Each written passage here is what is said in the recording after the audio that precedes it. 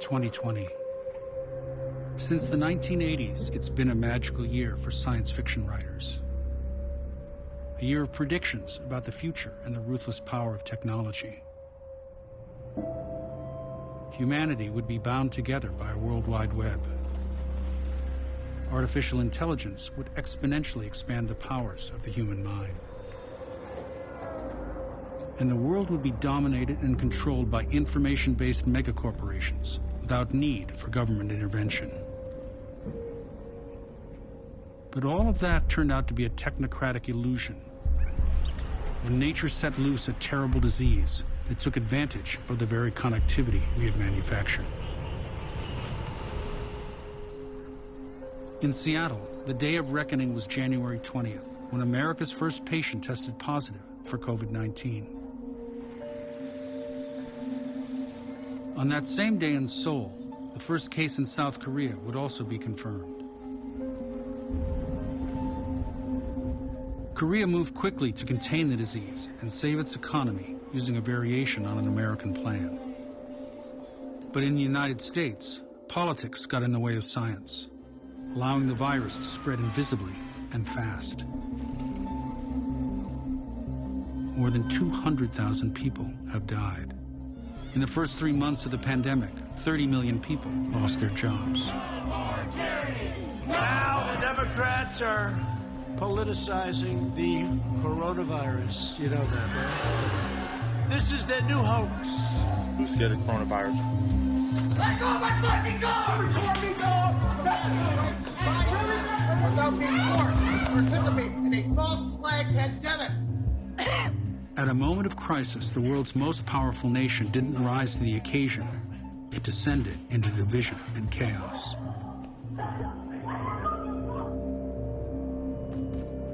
Why did the United States fail to reckon with a danger for which it should have been so well prepared? It's one person coming in from China. It will go away, just stay calm. Within a couple of days, it's going to be down to close to zero. We have it totally under control.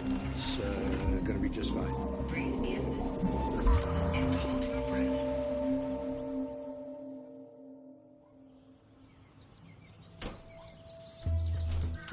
Filming during the time of COVID presented unique challenges.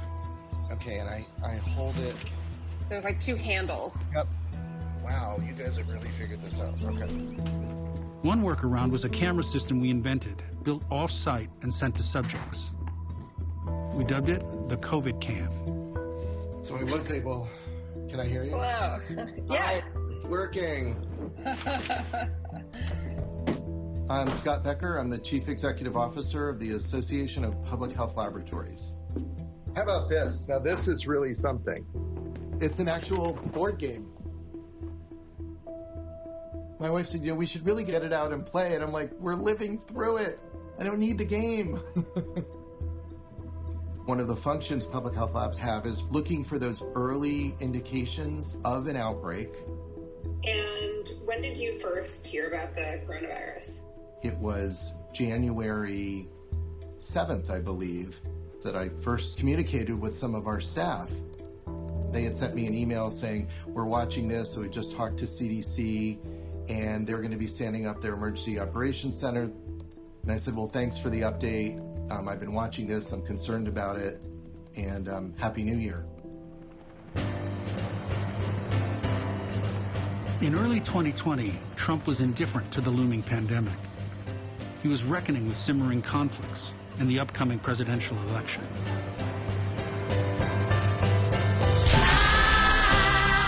We begin tonight with the U.S. and Iran on the brink for the drone strike that killed Qasem Soleimani.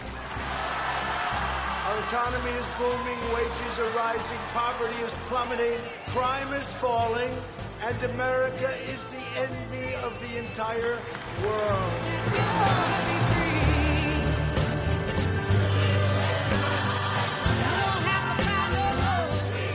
The whole impeachment thing is a hoax. It's a total sham. This morning, President Trump signed phase 1 of a trade deal between the U.S. and China. The pact comes after months of escalating tariffs between the world's two biggest economies. And we just broke the 29,000 mark on the Dow just now as we're walking in. Markets up substantially today. Up until coronavirus, the way that Donald Trump was going to win re-election to a second term was largely going to be on the strength of the economy. I covered all of Barack Obama's 2 terms, so I was there during the Zika outbreak, the Ebola response. As a White House reporter, we sort of cover everything. So, I've bounced around every topic that you can possibly imagine in the Trump term, and had just finished covering the president's impeachment in the House and the trial in the Senate, and was thinking that we might actually get a little bit of a break on the White House beat, such as it is, and then a few weeks later, COVID happened. One of the first indications that the United States government had that this was a potential problem was a conversation that the CDC director, a guy named Robert Redfield, had with his counterpart, a gentleman by the name of Dr. Gao, who was essentially the head of the Chinese CDC. And that occurred on January 3rd.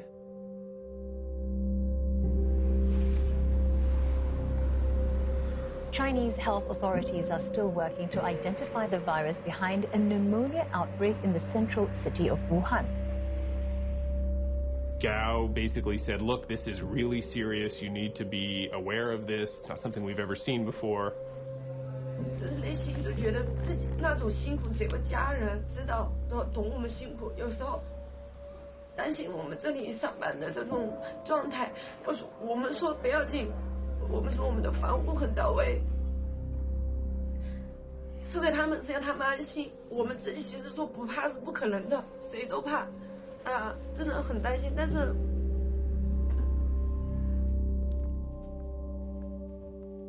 I heard about a novel respiratory virus circulating in China, and my ears perked up.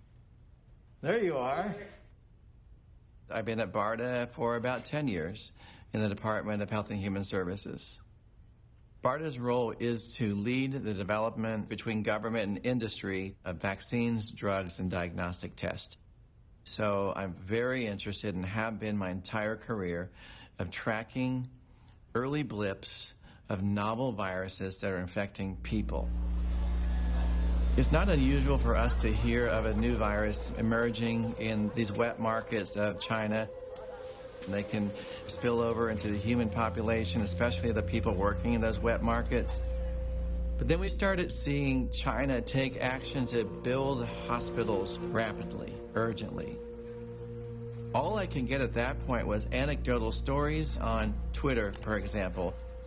But anyone who'd worked in preparing for pandemic outbreaks knew that we were dealing with something very unusual, very concerning, and very deadly.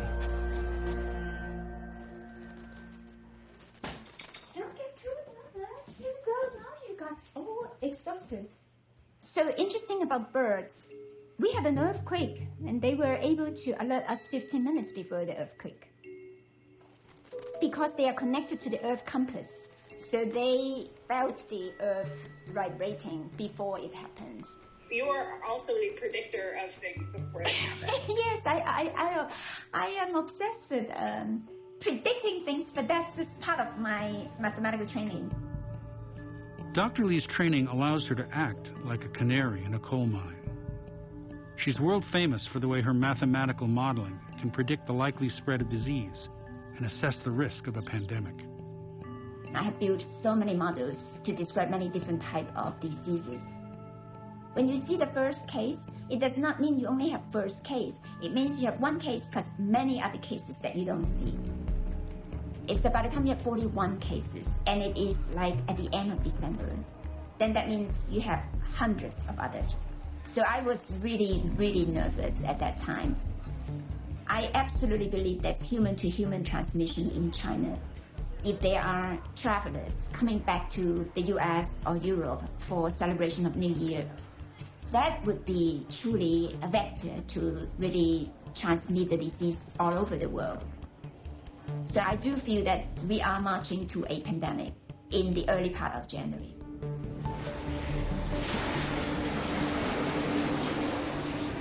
Starting tonight, We're going to begin screening passengers arriving from Wuhan at the 3 airports that see the majority of those passengers: JFK, San Francisco, and Los Angeles.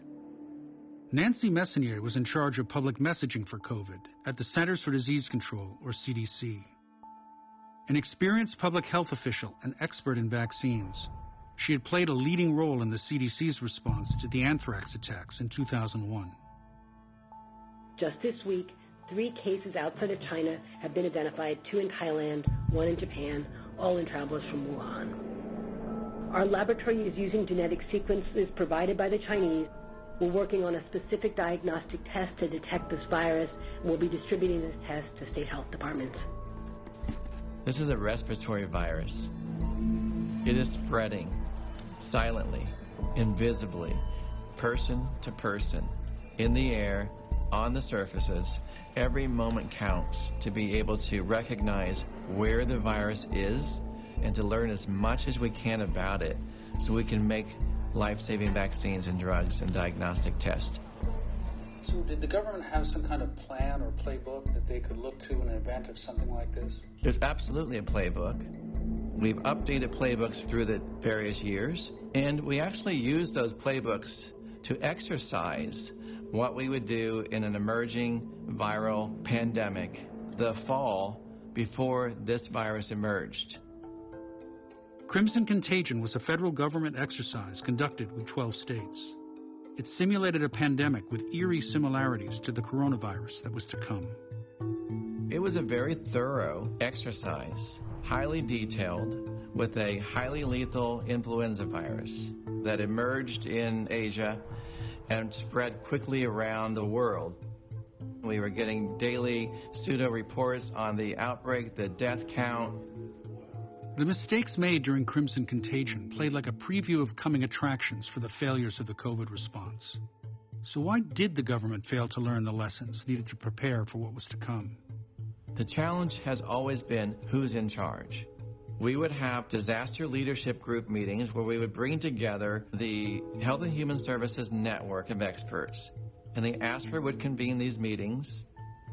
Who was in fact the ASPR? The ASPR was Dr. Bob Kadlec. The threats our country faces in the 21st century are very real and very serious. A 26-year Air Force veteran, Kadlec was a specialist in biological and chemical weapons. As ASPR, he downplayed the danger of pandemics, cut spending on emerging infectious diseases, and his office eliminated a program to manufacture N95 masks. January 18th, I asked Dr. Kadlec if we could convene a disaster leadership group meeting. To my shock, his response was, "I don't see a sense of urgency." I just don't think he thought there was a real opportunity for this virus to come into the United States. The same day Rick Bright reached out to Kadlec, Kadlec's boss, Alex Azar, did try to get the president's attention. Azar was in charge of the CDC and the FDA as the secretary of HHS, Health and Human Services. After the previous secretary had resigned in scandal, Azar was appointed to bring a businessman's approach to government. As a former big pharma executive at Eli Lilly, Azar was infamous for having tripled the price of insulin. I actually knew him in grad school. Very conservative, very ambitious. Went on to clerk for Scalia on the Supreme Court. Within the administration, Azar was known for his belief that the free market would meet America's healthcare needs. We, the government, do not have the solutions to healthcare. We're usually the cause of the problems. With COVID, Azar's sense that the government might actually have to play some limited role. On January 18th, he knew that the president was leaving town in a couple of days to go to Davos.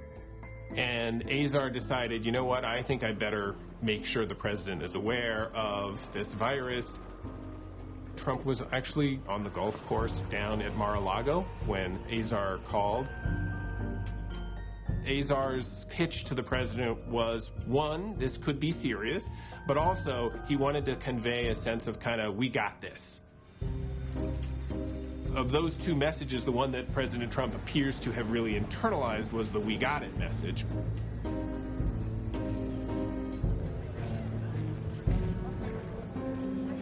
The CDC has identified a case of coronavirus in Washington state. Have you been briefed by the CDC? I have. Are there words about a pandemic at this point? No, we're not at all, and we have it totally under control. It's one person coming in from China, and we have it under control. It's going to be just fine.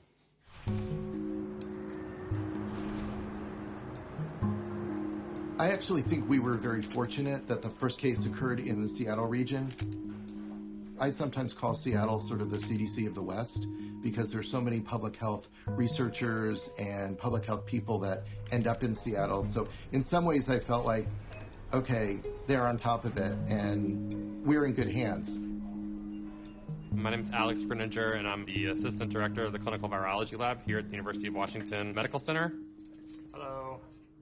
Everything about that first case from Washington was just so positive. I mean, let's go through all the positivity there. You know, someone self-identifies, says, hey, I just flew in from Wuhan, and I have a fever. The sample was sent overnight to the CDC, where they turned around a test, which is crazy. They actually had a test for the virus where the genome had just gone online 10 days prior.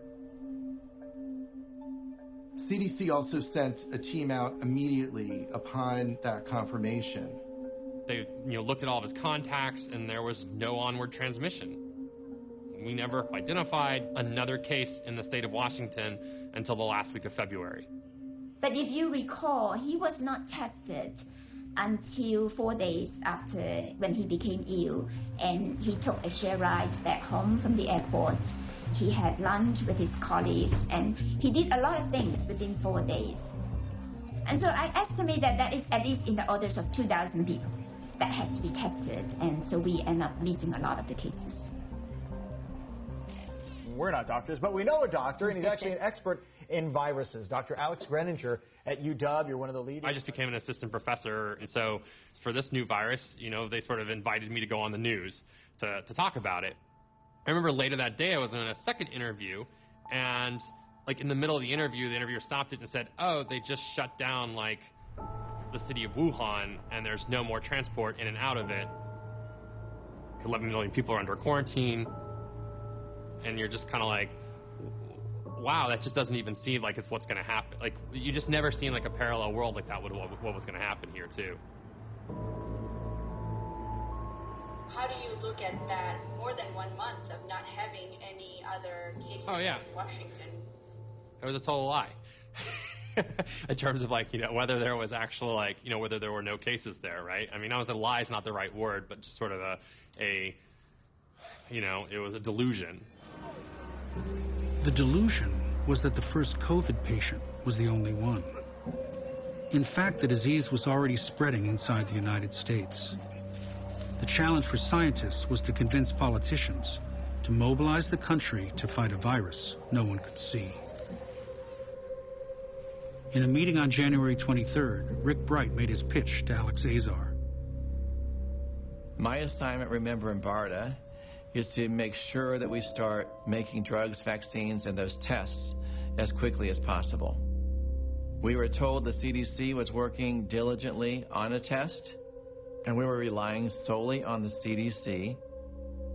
I raised the need to get started immediately on commercial test development, drugs, and vaccines, and the need for money to do it.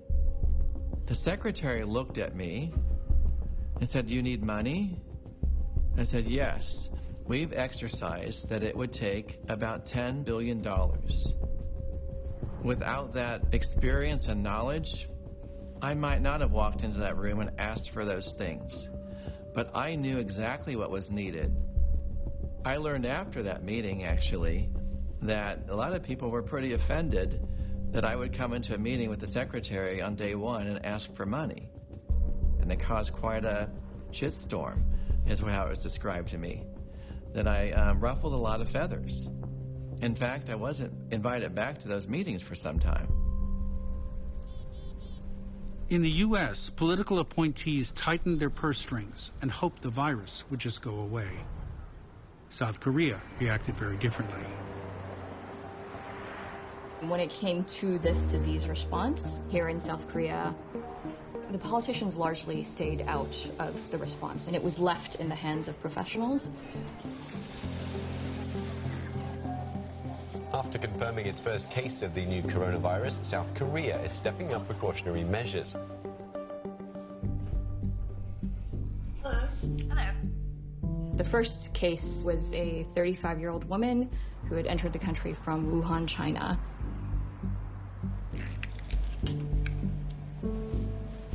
그 당시만 해도 대한민국에서 코로나 코비드-19 진단 키트가 없었고요. 그건 질병관리본부로 검체를 보내면 당시에는 판코로나 PCR이라는 거로 코로나 바이러스가 있는지를 먼저 확인을 하고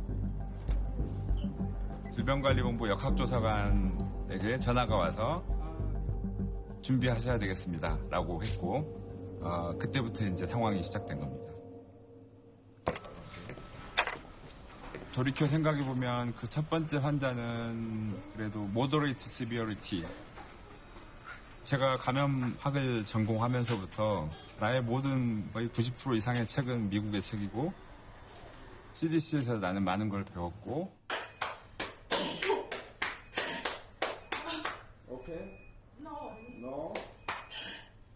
항상 생각했던 게 이 환자들에 대한 정보가 상당히 중요한데 매뉴얼이 될 수 있기 때문에 그래서 기회가 될 때마다 그런 여기서 다큐멘터리를 하듯이 나도 다큐멘터리를 만든다고 생각을 했습니다. 이런 비슷한 코로나 바이러스 감염, 신종 코로나 바이러스 감염에 대해서 사실 그렇게 많이 무섭진 않았고요. 메르스의 경험, 2015년의 경험. MERS was a coronavirus that terrified South Korea, killing 38 people and sickening hundreds more. The government was vilified for its response. Soon after, legislators pursued a series of critical reforms. 2015년도에는 그 진단법을 질병관리본부에서만 가지고 있었고 민간 의료기관, 대학병원, 종합병원에서는 검사 키트를 주질 않았습니다.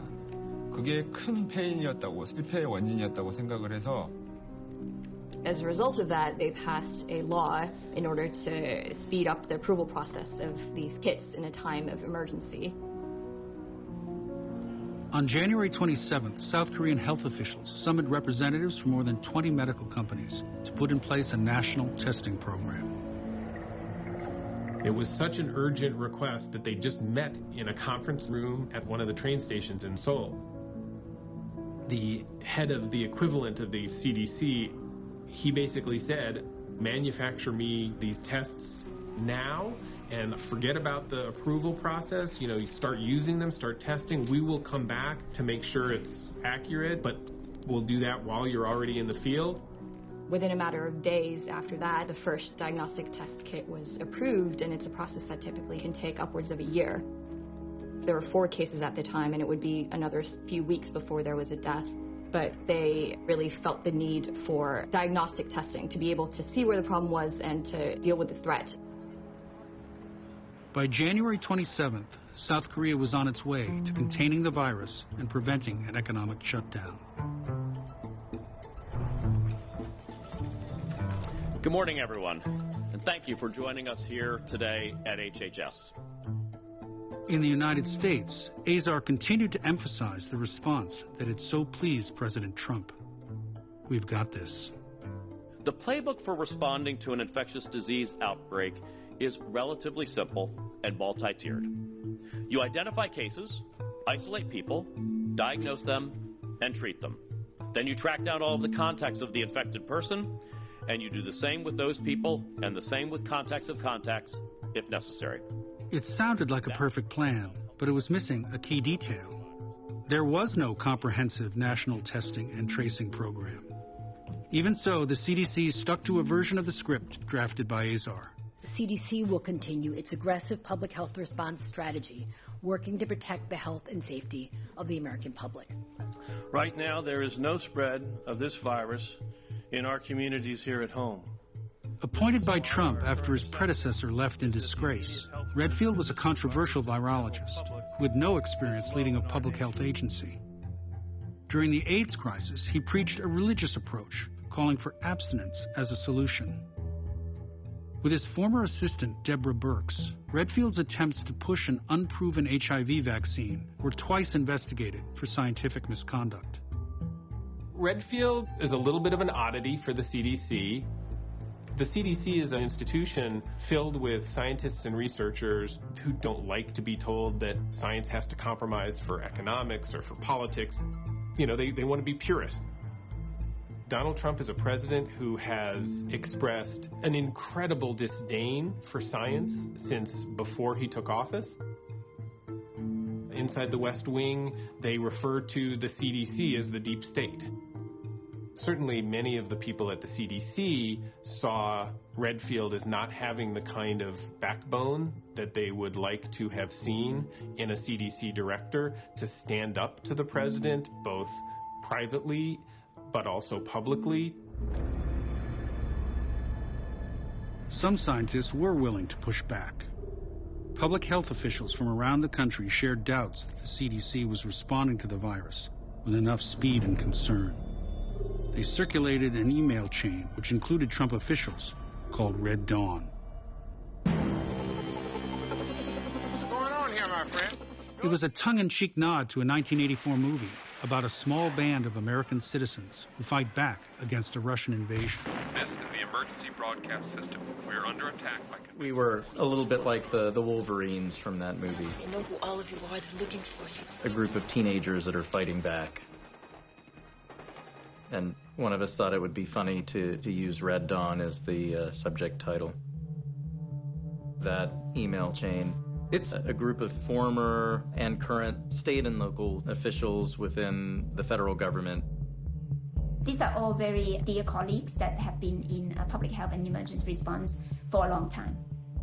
In late January, we were cautiously monitoring, trying to assess when it hit us, how big the scope of the calamity that we are looking into and how to mitigate it. I think in January, the cat was already out of the bag in terms of we had cases in the U.S., we had human-to-human transmission going on in the U.S., and we were going to be dealing with COVID-19. I mean, I wasn't able to sleep. I couldn't stop thinking about what could go wrong for us. The Red Dawn emails would be full of warnings and recommendations from experts in pandemic response. But politicians failed to recognize that there were lessons to be learned. There's never been anything like this in history. There's never been. Nobody's ever seen anything like this. Nothing could be further from the truth. To be ready for the perils of the future, all one had to do was look clearly at the past. In 1918, in the midst of war, influenza marched across the earth from country to country. Epidemic lurked everywhere. To ward off contagion, special precautions were taken.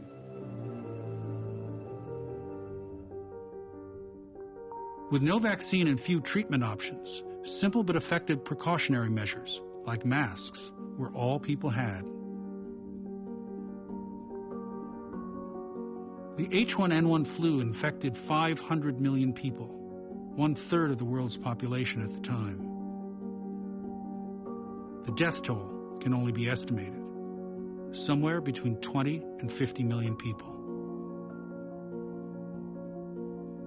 Since 1918, scientific advancements like the invention of the electron microscope have allowed us to see the invisible enemy. But even with vaccines and advances in pathology, the growth of global transportation made other pandemics ever more likely.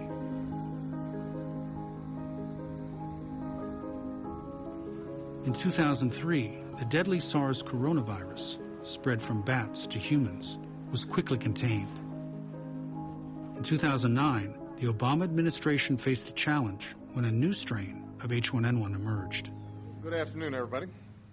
There's no doubt that every president should learn from what has happened before. President Obama felt it very important from the beginning and all the way through our dealing with H1N1 that the scientists make the calls. H1N1 influenza is here. I'm Dr. Tom Frieden. I directed the CDC from 2009 to 2017. sprayed down the chair with Lysol. All right. We dealt with epidemics of Zika, Ebola, MERS, and H1N1 influenza. Our emergency operations center was activated more than 90% of the time that I was there. That's a way of reducing exposures if there is a lot of H1N1. We do think there may be some challenges, though, practical challenges. President Obama made it very clear that HHS was in the lead and that I would be the spokesperson for the flu, as he would call me the face of the flu.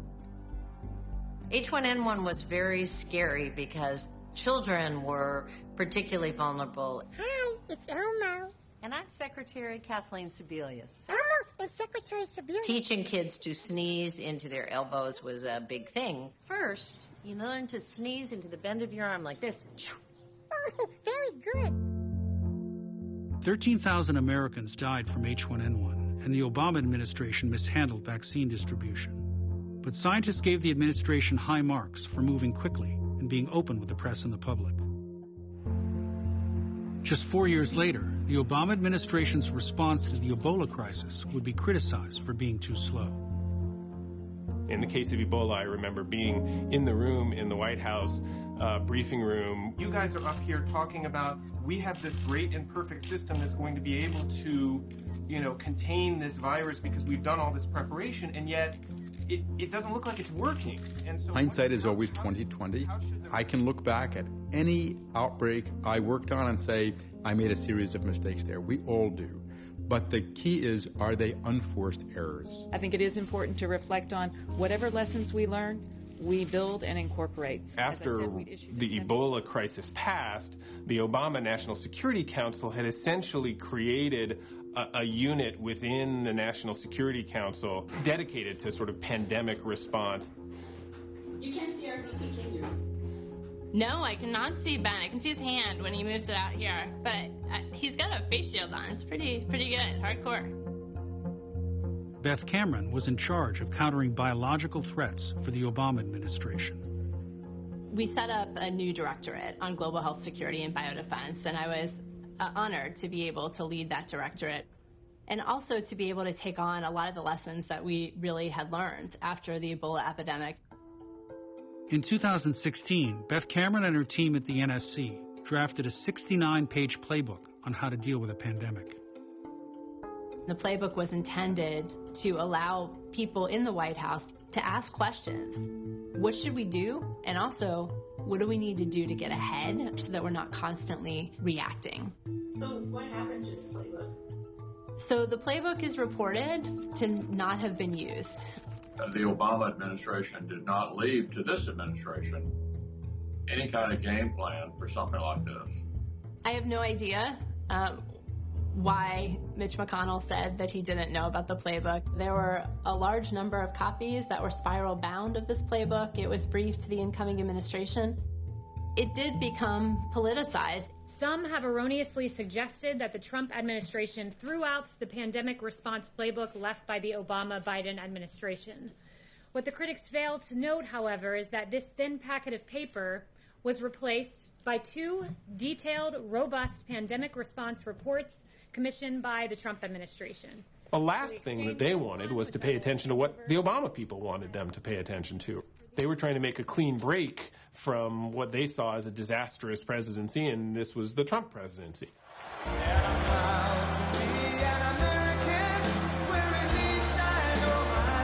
I think it's important to understand that biological threats are not the thing that is always top of mind for a senior leader. But there really was a lot of pressure on all of the civil servants in between Barack Obama and Donald Trump to explain why we need high-level officials who are looking at that issue all the time. After I left, I continued to work with the Trump team in my new position outside of government until the directorate was dissolved in May of 2018. The Global Health Security Team was disbanded under a reorganization by Trump's National Security Advisor, John Bolton. It was really shocking that any administration would get rid of so much experience and expertise and the collaboration and coordination that comes with those years. From the moment of Trump's inauguration, the guiding slogan of staffing was not "you're hired," but you're fired. Key positions went unfilled. Many more were eliminated. And when people were hired, experience was not nearly as important as loyalty. On January 29th, the White House announced the formation of an official task force to confront the threat of the coronavirus. Well, good afternoon, everyone. I'm Alex Azar. Led by Azar, the task force had little scientific expertise. Most were businessmen and lawyers, seemingly chosen for their political or religious beliefs. One had been Sarah Palin's foreign policy advisor. Another was a climate change denier who opposed homosexuality as an act against nature. The only two public health officials were Redfield and Dr. Anthony Fauci. At the National Institute of Health, Fauci had advised 6 presidents and had been at the forefront of every epidemic response for the last 40 years. The issue now with this is that there's a lot of unknowns. As you can see just from the media, the number of cases have steeply inclined each and every day. At the first briefing, they announced no concrete programs to contain the virus inside the borders of the United States. Instead, they offered a variation on a familiar Trump refrain: build a wall. Foreign nationals, other than immediate family of U.S. citizens and permanent residents who have traveled in China within the last 14 days, will be denied entry into the United States for this time. In the months after that, tens of thousands of people from China still make their way into the United States, mostly Americans who are returning home and are not blocked by that ruling.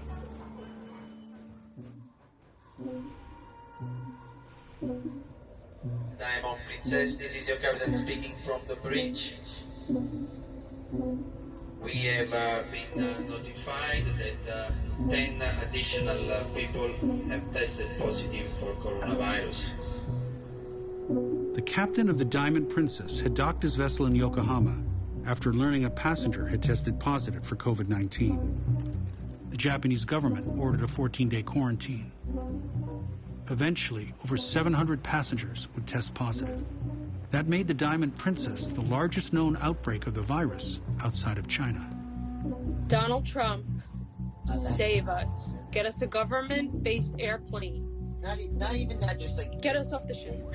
I received a phone call that a disaster medical assistance team was being assembled to do a rescue operation to go pull American citizens off of the Diamond Princess and bring them back to the U.S. And I was asked if I would be willing to go as an expert to help the team. Okay, they've got a bunch of people in white coats. They were marching.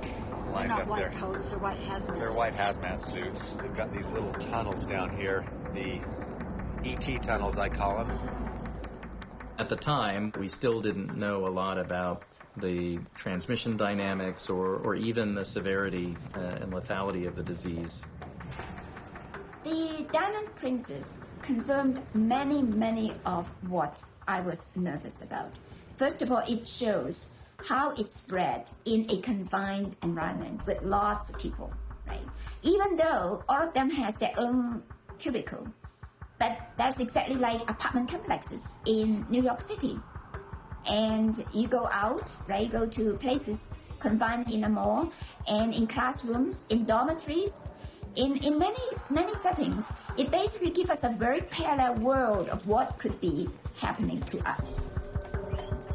Even after the ship went into quarantine and passengers were really restricted to their rooms, the fact that the outbreak continued to grow demonstrated that there may be more to transmission phenomenon than we initially thought. So when we saw that, that really hit home to us that this is a pretty explosive situation. Okay, they quarantine, but yet the spread is like fire. It shows, it really highlights strategic test is a must. Eva Lee began to sound the alarm in the Red Dawn emails about asymptomatic spread and the need to test widely. She knew in early February what federal officials refused to recognize. Only a vast infrastructure for mass testing could spot and contain a virus that was already moving invisibly across the country. Then I thought to myself, that is it, that we will have no chance to contain. If we are not going to take actions now, we would regret and we would be late. The trifecta is test, trace, and isolate. You need to have all three of those working in tandem to be able to take down any infectious disease. I'm from Hong Kong, and I grew up during SARS. So I guess that was my first experience with an outbreak, which has turned out to be an interesting reference point during this outbreak. My boss was like, you should cover the coronavirus. So my question's going to be, where are we deviating from the playbook? That's where I hold the government accountable. So the CDC made a test that worked in their lab before the first case of COVID landed in the state of Washington on January 20. What they saw as their next step was sending test kits based on their design to public labs around the country. So CDC can't just make a test and send it out. They have to apply for emergency use authorization. This week, the FDA issued an emergency use authorization for the CDC's diagnostic test. Having a declaration of an emergency allows you to cut it through a lot of red tape where you don't have to approve things the traditional pathway, which takes many, many years. So it's like going through the pre-check line at the airport. FDA issued the EUA to CDC really on February 4th, and test kits were available on the 5th. The test kits will start shipping to over 100 U.S. public health labs. Each test kit can perform up to 800 patient samples. It works in about 4 to 5 hours time. And that's pretty heroic in 2 weeks to develop test kits for the country. So far, speaking of the playbook, everything was going right. The first thing public health labs have to do after they get the test is they have to verify that the test works in their hands, in their laboratory, with their scientists. So on Saturday, February 8th, labs opened up their boxes and they started to get the test up and running. And then the next morning, I see a number of emails from public health laboratory directors saying, we're seeing this problem with one of the components of the test, the N3, and is anyone else seeing that? Then my phone started to blow up. It became apparent that we actually had a real problem. And I thought to myself, oh my God, this is a nightmare. There were many labs that were having the same problem. So that was an indication that this was coming from the CDC labs. There are 3 components to the CDC design test. They're called the N1, N2, and N3 assay. And the N1 and N2 assay together look specifically for the COVID-19 coronavirus. And then they had a 3rd component, the N3 assay, which was designed to look for any coronavirus. And I don't know why they decided to throw that 3rd part in. They didn't need it, but that 3rd part is the part that caused all the problems. It was a contamination problem. This was just a huge light bulb moment where, wow, we could really be on pause. The CDC says they're working with states now to fix the tests. They did not say how many of the kits have flaws. Now, this was really frustrating to a lot of lab directors because they were like, look, the N1 and N2 part of this test are working totally fine, so why don't we just ignore the part that isn't working? Under an emergency use authorization, you're not supposed to do that. You have to run that test exactly as it's assigned. As it turned out, over 90% of public health labs had tests that were not working. So it was really as if we were flying blind, and we knew it. And frankly, there was nothing we could do except wait.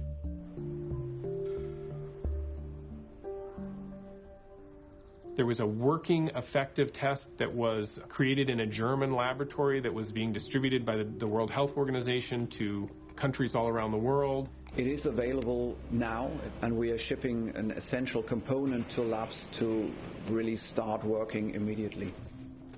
The WHO test quite frankly, is used for low and moderately income countries. I think it would have been very unusual to use another country's test, and not for political reasons, just, I guess, because of maybe scientific hubris. We've never had a failure like this. Despite the technical problems at the CDC, the Trump administration could have insisted on an alternate plan. Public labs could have pivoted to the WHO test or removed the N3 element. Test manufacturers and clinical labs were eager to start making their own tests, but for reasons that remain unexplained, the FDA put the brakes on the approval process.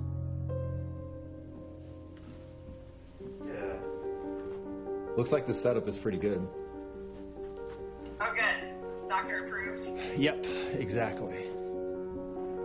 My name is Tyson Bell. I'm an infectious disease and critical care physician at the University of Virginia. I'm the director of the COVID ICU. It's really important to know who's positive in the community and to be able to test in a widespread, aggressive fashion so we can really stop the chain of transmission of the virus. Traditionally, there's a lot of leeway when it comes to federal regulations and hospital laboratories' ability to set up their in-house testing. But the thing about the emergency declaration was that it made the diagnostic innovation more difficult because now it had to go through the FDA. So now all of a sudden, any university laboratory that has the experience and the know-how to set up their own in-house testing now has to clear it in order to make this work. We're not a public health lab. As a clinical lab, we're not part of this system. You know, the CDC and the state public health labs are fantastic, but clinical labs, like hospital clinical labs, commercial labs, perform 90 to 95% of testing. We really are the front lines of the public health system. And so it's really important that we're part of that conversation as well. So we're trying to figure out, is it better to just deal with the FDA and the backlog there and set up our own in-house testing, or do we just wait for the CDC to fix the issues with the test? We decided initially to wait, and that was the wrong decision. Many labs gave up rather than face the thicket of bureaucratic rules. But Alex Greninger did not give up and instead began to slog through the FDA regulatory process. And so at that point, you had to really go fully in. You got to make your own test. So we got the template, the paperwork, couldn't get the comments back until you mail in the document. Even though you'd email a document, you had to burn it to a CD or a USB and physically send the document as well. The original process suggested testing 50 positive samples, but in that case in the US, there were 14 known cases. But even getting that one sample, that one positive sample, was the hardest part. And obtaining clinical material from the CDC is very difficult. And I think that was when you realized that the FDA and the CDC maybe hadn't talked a ton.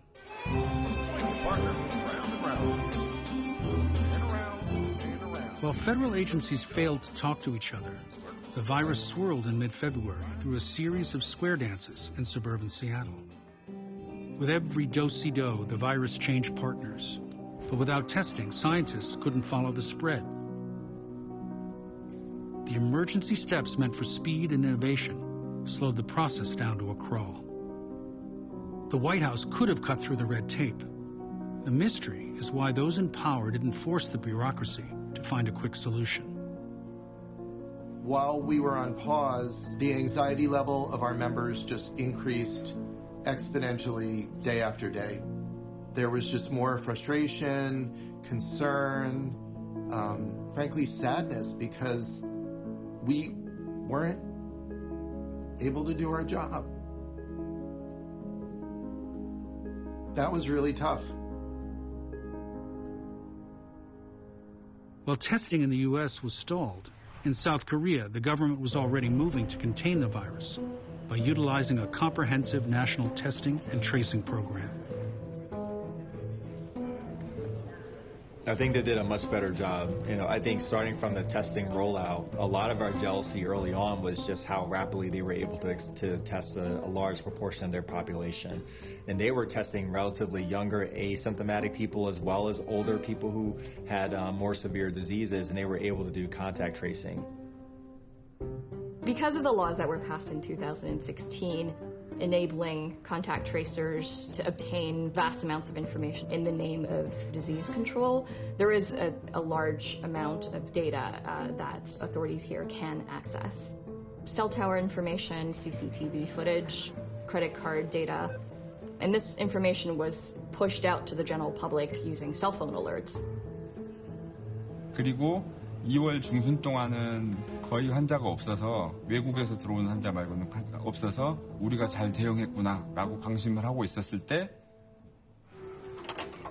지금 알게 된 거지만 에어로졸이 생기는 그런 조건 중에 가장 큰 게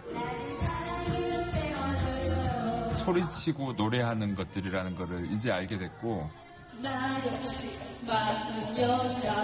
코인 노래방이라는 게 있습니다. 조그마한 방 안에 들어가서 노래 부르는 공. 그거는 에어로솔 전파를 너무나 잘 보여주는.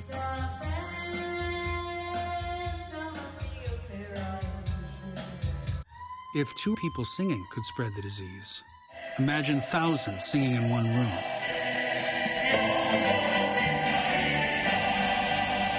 A major outbreak was traced to the Shincheonji Church, a doomsday Christian cult. Led by a self-proclaimed messiah, Chairman Lee. Hallelujah.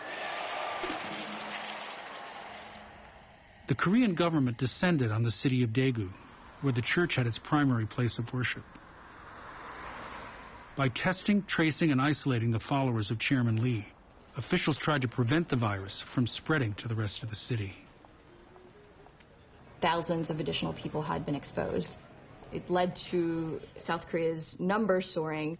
Because South Korea had already started ramping up diagnostic test production, they were able to seek out every member of this church in Daegu and get them tested. The president of South Korea has put the country on the highest possible alert after the number of cases jumped to more than 760 and the death toll rose to 7. And because of the surge of cases in Daegu, South Korea started opening up these centers. 코 또는 목에 면봉이 들어갈 때 분명하게 환자는 재채기를 할 수가 있고 그 재채기를 하는 순간에 그 방의 공기는 오염이 되거든요. 그때 생각할 수 있는 게 야외 밖으로 나와야 되겠다라고 생각을 했습니다. Drive-through testing and special testing booths protected healthcare workers while dramatically increasing testing capacity. And manufacturers were able to keep up with the volume. South Korea also stepped up production of PPE to protect health workers and the public alike. Early adoption of testing would save South Korea. At the same moment in the United States, testing was still halted, and the nation was blind to where and how the virus was spreading. Because of all we've done, the risk to the American people remains very low. When you have 15 people, and the 15 within a couple of days is going to be down to close to zero, we're doing great. Other countries have not been doing great. Our consumer is very, very strong, very powerful economically. Underneath the booming economic wave was an invisible undertow of disease. By mid-February, pandemic models indicate that there were thousands of cases spreading through Seattle, Chicago, San Francisco, and New York.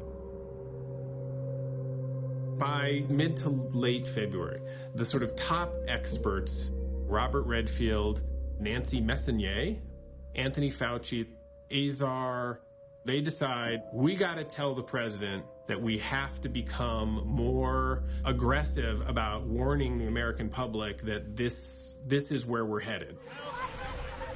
The problem was the president just that next day left for another foreign trip to India. Well, I look forward to being with the people of India. We're going to have many millions and millions of people. They wanted to brief the president, obviously, before you sort of made this sort of right turn on messaging. Yeah, we're very much involved. We're very cognizant of everything going on. We have it very much under control. Thank you very much, everybody. And the doctors knew that this wasn't the kind of thing that you brief over the telephone, so they decided we'll set up a briefing for the president the day he gets back. Indian Prime Minister Narendra Modi rolled out the red carpet for President Trump. Namaste. Namaste. President Trump often judges events based on their size. The bigger, the better. So it's fitting that this stadium was absolutely packed with more than 100,000 people. The rally kicked off a whirlwind trip packed with the pageantry that the president so loves. As of this morning, we still have only 14 cases of the China coronavirus detected here in the United States. We have 3 cases among Americans repatriated from Wuhan, and we have 40 cases among American passengers repatriated from the Diamond Princess in Japan. We're trying to engage in radical transparency with the American public as we go through this. This morning, Dr. Messonnier from CDC provided the usual telebriefing. There was a bit of confusion, and it was Nancy Messonnier's understanding that the green light had been given for that new message to be delivered before briefing the president. So at her next conference call for reporters, she went to town. Ultimately, we expect we will see community spread in this country. It's not so much a question of if this will happen anymore, but rather more of a question of exactly when this will happen and how many people in this country will have severe illness. I remember being shocked, thinking, does she realize what she just said? For schools, options include dividing students into smaller groups, or in a severe pandemic, closing schools and using internet-based teleschooling to continue education. I can't say that I know what was in Nancy Messonnier's mind, but it wouldn't be hard to guess that there must have been a level of frustration built up inside the CDC about a president who doesn't take this seriously. I mean, you know, that was palpable. I understand this whole situation may seem overwhelming and that disruption to everyday life may be severe. Statements were made for the first time to prepare the psyche of Americans for what we as scientists knew was coming. And I told my children that we as a family need to be preparing for significant disruption of our lives. It was a turning point in this outbreak because the truth was finally broken through that shell of so many people standing there every day telling Americans, we have it under control, we have it contained, it's not a problem, it's going away. Those were the messages every day up until that point. Secondary consequences of some of these measures might include missed work and loss of income. She gives that briefing at virtually the exact moment that Trump is walking up the steps on Air Force One in India. On a larger scale, communities and cities may need to modify, postpone, or cancel mass gatherings. Nancy Messonnier's comments tank the market, a 1,000-point drop in the Dow. Stocks fell sharply as fear spread that growing coronavirus will slow the global economy. It was essentially a kind of freak out. The stock market taking another beating after a sharp new warning from the CDC. Also tonight, Trump doesn't like to be surprised. The one gleaming, wonderful thing that was giving him and his advisors hope was the economy. It was the silver bullet. That was how he was going to win a second term. That, combined with Messonnier's threat of what she was suggesting, shut the country down, you're saying something that's going to threaten the economy and, by definition, threaten my reelection. It's an 18-hour flight back. By the time Trump lands, the whole thing had spun out of control, and he was livid. He calls up Alex Azar, wakes him up, screaming at him what had happened. You know, Nancy Messonnier had scared the shit out of people. The CDC said yesterday that they believe it's inevitable that the virus will spread in the United States, and it's not a question of if, but when. Do you agree with that assessment? Whatever happens, we're totally prepared. We have the best people in the world. Notably missing from the best people in the world was Dr. Nancy Messonnier. It didn't surprise me that the moment she said that she would be removed from that platform. I'm going to be announcing exactly right now that I'm going to be putting our Vice President, Mike Pence, in charge. I'm going to ask Mike Pence to say a few words, please. Thank you, Mike. After the episode with Nancy Messonnier, when Pence's team takes over from Azar, essentially the message gets contained. So you don't feel like you're being replaced? Not in the least. I was delighted that I get to have the Vice President helping in this way. Delighted. Absolutely. Now at the helm of the task force, Pence promptly promoted Deborah Birx, a doctor and a diplomat, to be a spokesperson. Dr. Birx, who is our right arm at the White House on this, and frankly one of the leading experts in the world on infectious disease, I think is... Pence trusted Birx on account of her Christian faith and political instincts. She'd become a go-to explainer for a White House interested in packaging science to serve partisan goals. We really want to understand where the virus is spreading, who we have to protect, who's the most vulnerable. That would have been easy to understand if there had been a national testing program, but that was still stalled. While countries all over the world were testing thousands of cases, the United States was testing fewer than 100 a day. At that stage, the only labs across the country that could legally test for COVID were a few public health laboratories and the CDC itself. The frustration was just boiling over, and I remember going to these meetings with our clinical lab director, and she's literally on the phone with the FDA and the CDC like, you need to help us. You need to help us. After almost a month of labs across the country being unable to test, the Trump administration finally made a decision it could have made weeks earlier. On February 26th, the FDA and the CDC laid out the strategy. And that was that we would be able to get up and running by using the original test kit, but by throwing out the N3 component.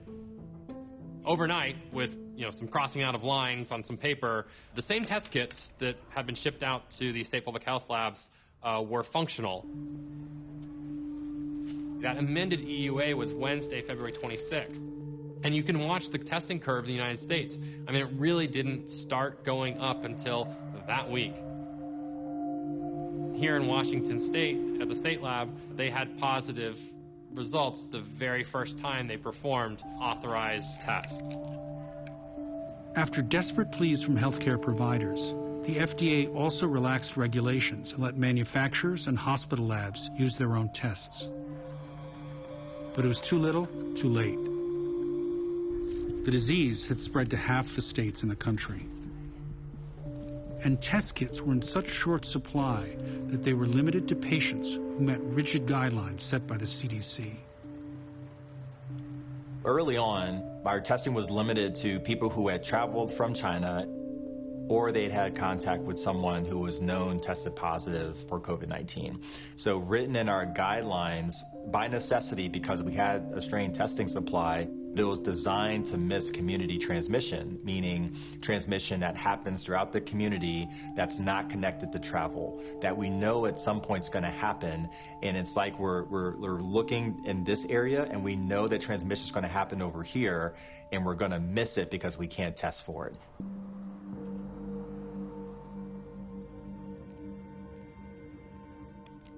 On February 27th, the new testing recommendations came out. Do you mind removing the mask? Is that okay? Oh, no, not at all. Didn't know what your rules of engagement were here, so. The new addition was this line that said, if you have severe lower respiratory pneumonia, severe pneumonia or ARDS, acute respiratory distress syndrome, you should consider testing. With the updated guidelines, we initiated testing in 2 individuals, and both of those individuals tested positive. So that evening, after we got the first 2 back, we looked around the intensive care unit and said, okay, who else is sick with pneumonia that has not been diagnosed with influenza or another respiratory virus? And we selected 9 more individuals. 8 of those turned out to be positive for COVID. It was an astounding revelation. The revelation was that while testing protocols were on hold, the disease had spread uncontrollably, which would lead to economic disaster and the loss of tens of thousands of lives. The real question is, did more people die? Did more dislocation and economic problems and societal change have to happen than did The period that in our reporting that we have called the lost month, that really was the time when things happened in the United States much more slowly than they happened in, for example, South Korea. And it became impossible to do containment. Because the U.S. failed to contain the virus, state governments moved to lockdowns to avoid runaway contagion and to prevent hospitals from being overwhelmed. Over 100,000 small businesses would close and never reopen. 7 million Americans would be infected by the disease. But back in late February, the government refused to confront the reckoning that was about to come. We have done an incredible job. We're going to continue. It's going to disappear. One day, it's like a miracle. It will disappear. The president is also quoted by saying, the virus we're talking about having to do, a lot of people think it goes away in April with the heat. Dr. Fauci, does this go away in April? If it acts like influenza, the heat will actually make it diminish in its impact. But we have no way of knowing how it's going to act. Does the CDC agree that this is a problem that is going to go away without intervention? I think it's prudent to assume that this pathogen will be with us for some time to come. The president's expressing confidence, this team, the public health infrastructure in this country, state and local, that we can deal with this. We will prepare for this. We will work together on this.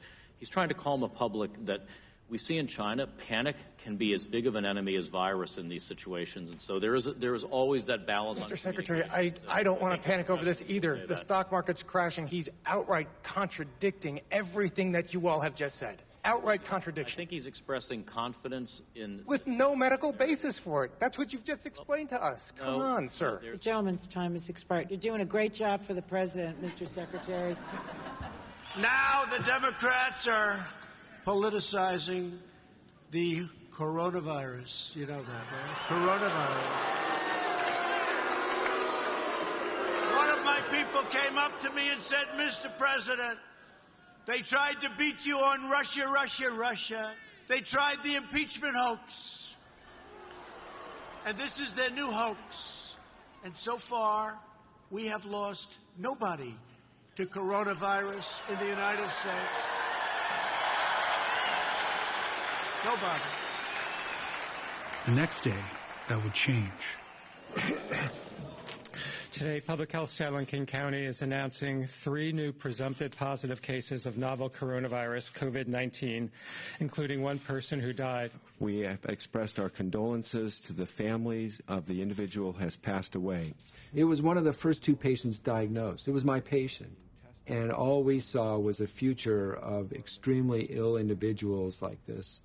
So it was a challenging moment, a daunting moment, to come to that realization.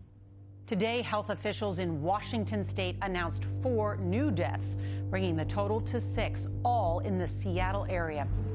By early March, King County, Washington had become the epicenter of the coronavirus in the U.S. due to the Life Care nursing home. They're not answering the phones, the lines are busy, all the families are really worried, not knowing if our loved ones are even alive. It was a blur of activity. We realized that our hospital was now the tip of the iceberg. We soon found out how deep that iceberg went. Because test kits were in short supply, access was limited to patients who were dangerously close to respiratory failure. The death count began to rise. COVID began spreading to healthcare workers and first responders. The job situation put them at increased risk. Nurses' aides in nursing homes without the protective equipment or training they needed to be safe and secure. Individuals who have jobs that were considered essential jobs. They're stocking grocery shelves and helping to pick up trash in communities and sweep the streets.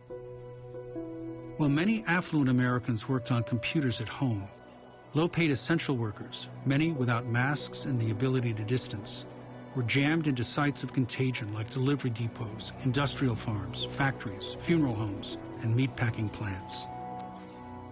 If the impact of the disease was divided by occupation, it was also sundered by age and race. My grandmother used to say, when the country gets the flu, black people get pneumonia. It's well known in our circles that we have worse outcomes when it comes to a lot of these different diseases. And part of that is systemic racism. A lot of it is access to health care.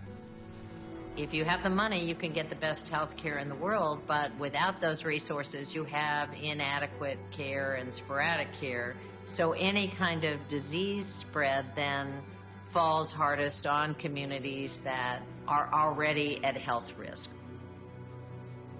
What are we dealing with this coronavirus, COVID-19? We're dealing with clearly an emerging infectious disease that has now reached outbreak proportions and likely pandemic proportions.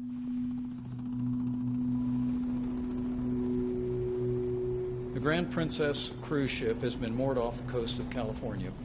I want to commend the efforts of our Coast Guard that heroically flew coronavirus tests to the ship.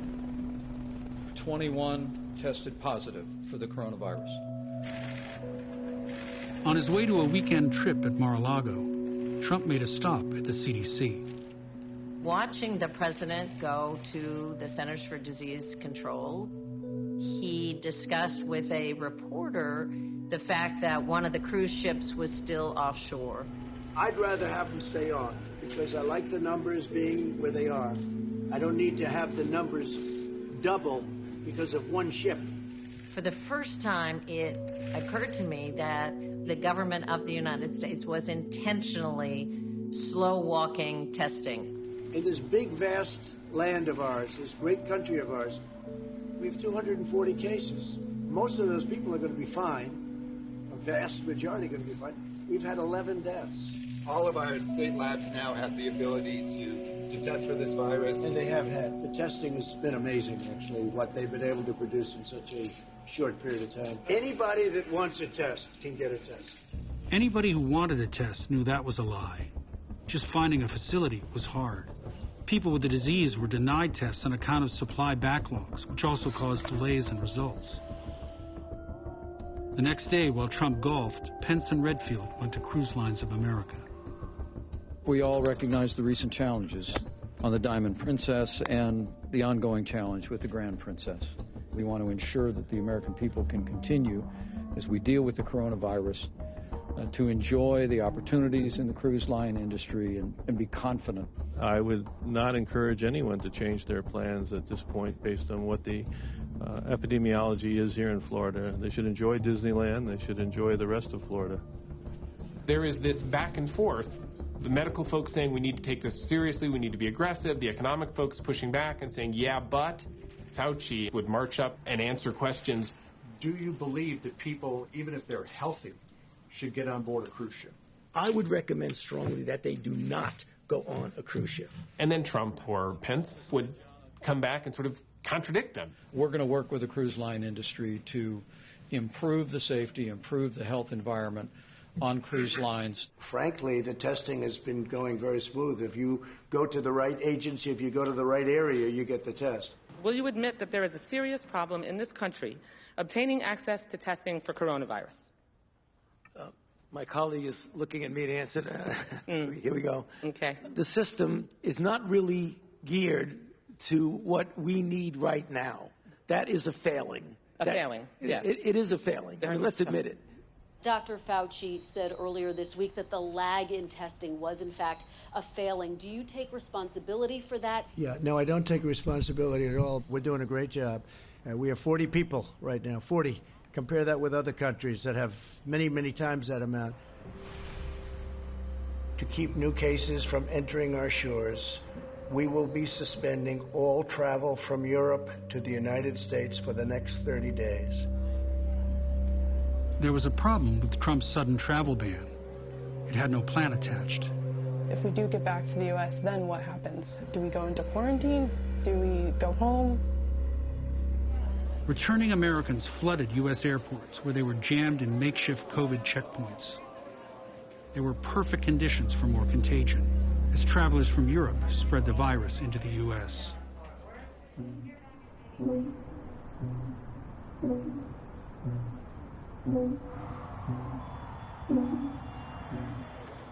The message to New Yorkers from the beginning has been, this is something we all can handle together. Go about your lives, go about your business. The governor confirming that coronavirus has arrived here in Manhattan. The coronavirus spreads tonight as Governor Cuomo announces 5 more positive cases in New York.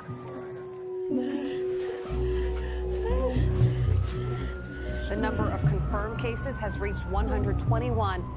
Today, Governor Cuomo announcing a ban on any gatherings of 500 people or more. And 613 confirmed cases of coronavirus in New York. That is more than any other state. I'm glad to see that you're practicing social distancing. That looks very nice. We're announcing new guidelines for every American to follow. Avoid gathering in groups of more than 10 people, and avoid eating and drinking at bars, restaurants. And if everybody in America does what we ask for, we will see a dramatic difference, and we won't have to worry about the ventilators, and we won't have to worry about the ICU beds. Our volume is just exploding. We have so many people in the hallways. A day or so ago, we put 14 people on ventilators. Mayor de Blasio says that there have been 100 new cases in the city today alone. So we're going to put out an executive order today. New York State on pause. 19 million New Yorkers are being asked to stay at home as much as possible. Now topping 85,000 confirmed cases and more than 1,400 deaths. I hate to say this, but it's true. We are now the epicenter of this crisis right here in the nation's largest city.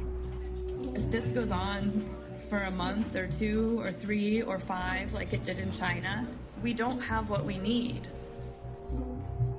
This is not a country that was built to be shut down. We're not going to let the cure be worse than the problem. Worried about the economy, Trump tried to limit shutdowns, but the virus was out of control.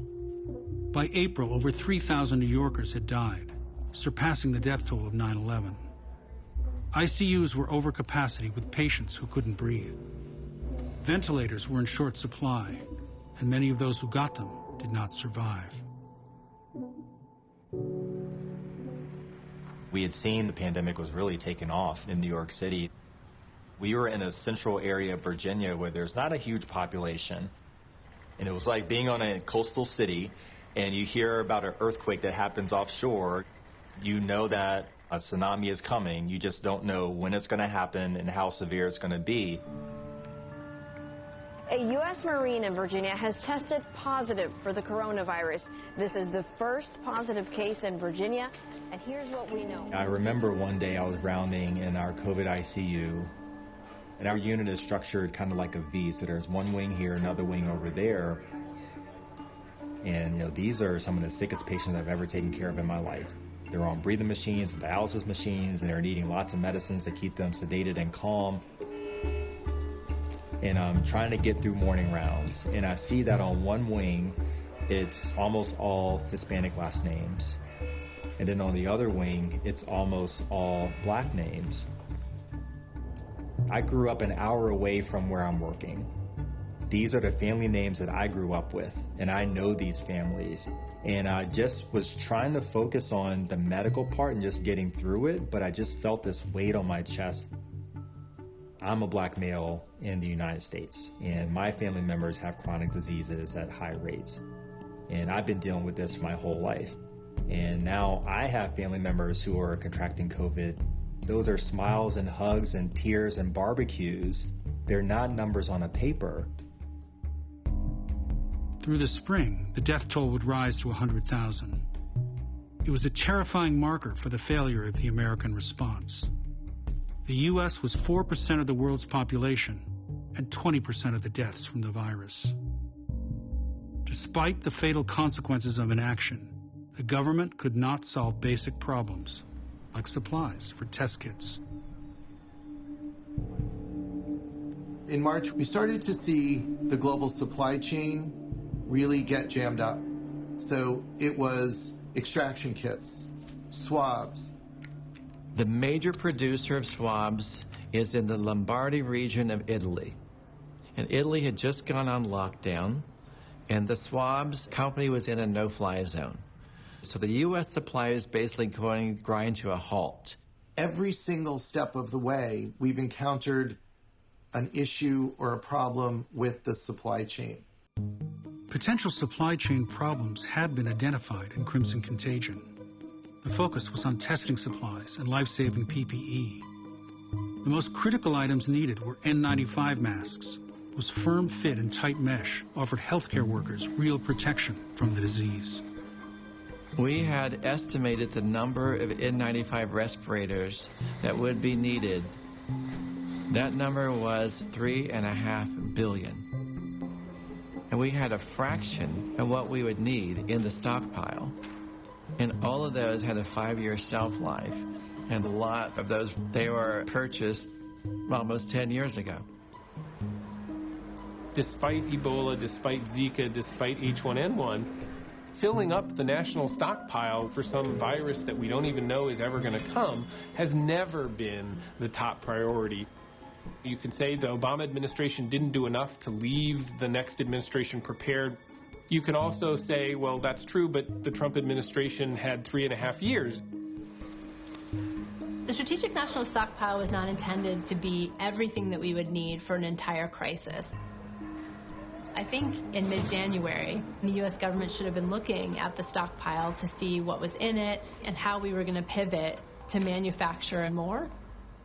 We should have been having the conversation about the Defense Production Act in January. There's talk of invoking war powers to require U.S. companies to manufacture some goods. That's right. So that's called the Defense Production Act. I believe it came into existence during the Korean War. Effectively, we can determine that our production should get to the front of the line. We'll use it if we need to, but we obviously, if we can work cooperatively with any vendor, we'd rather do that. Let the market work its magic. That was the guiding philosophy for Azar and Trump. But their anti-government strategy ignored basic rules of supply and demand. Without a large order from the United States government, there really wasn't an incentive for these companies to start maximizing their throughput. I was getting reports from Mike Bowen, one of the few remaining producers of face masks and respirators in the United States, who had his finger on the pulse of the supply chain.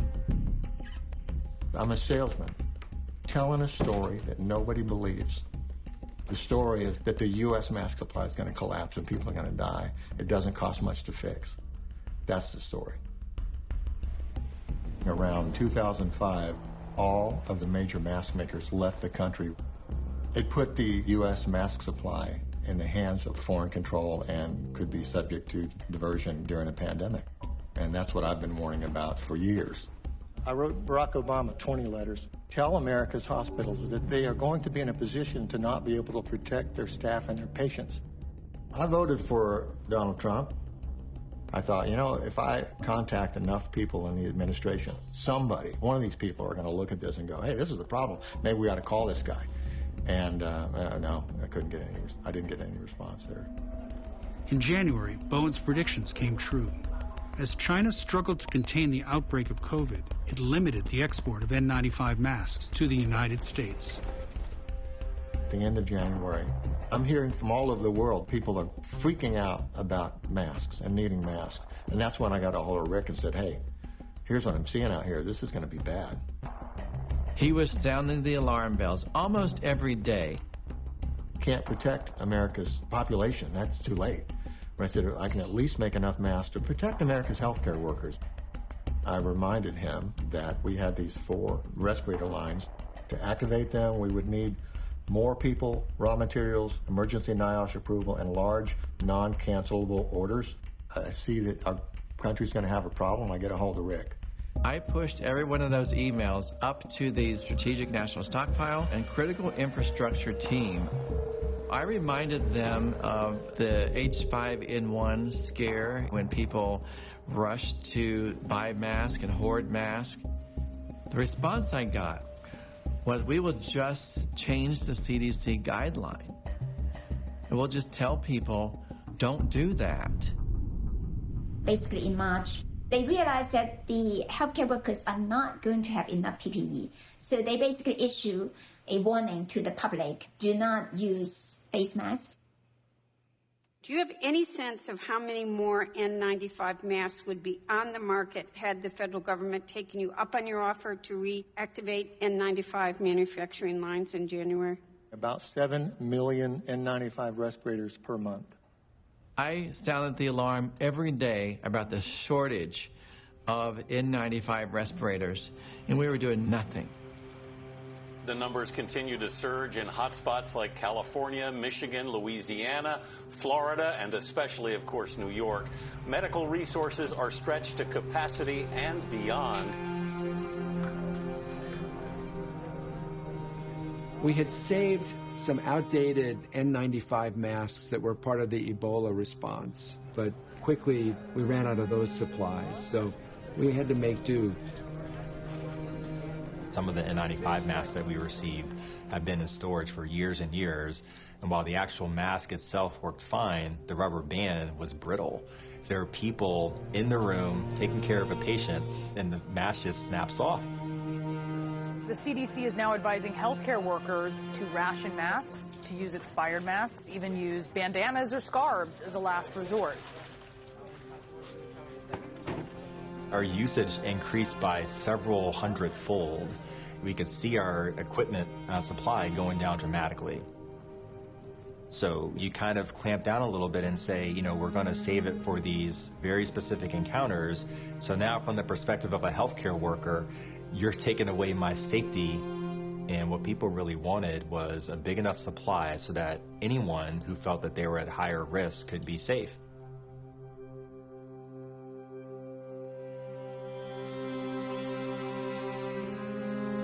One mask to be worn for 12 hours. It's just ridiculous. No protective equipment, the gowns, we have to improvise with what we have. We have people coming and sewing masks, sewing shields, making things out of plastics. This is what we're doing now? I mean, that would be like a soldier going to war and making a plastic gun to bring with him. This is what's happening. 사실 그 앵보를 처음 만든 나라는 미국인데 그게 물량이 부족했다는 게 너무 좀 안타깝고 슬펐습니다.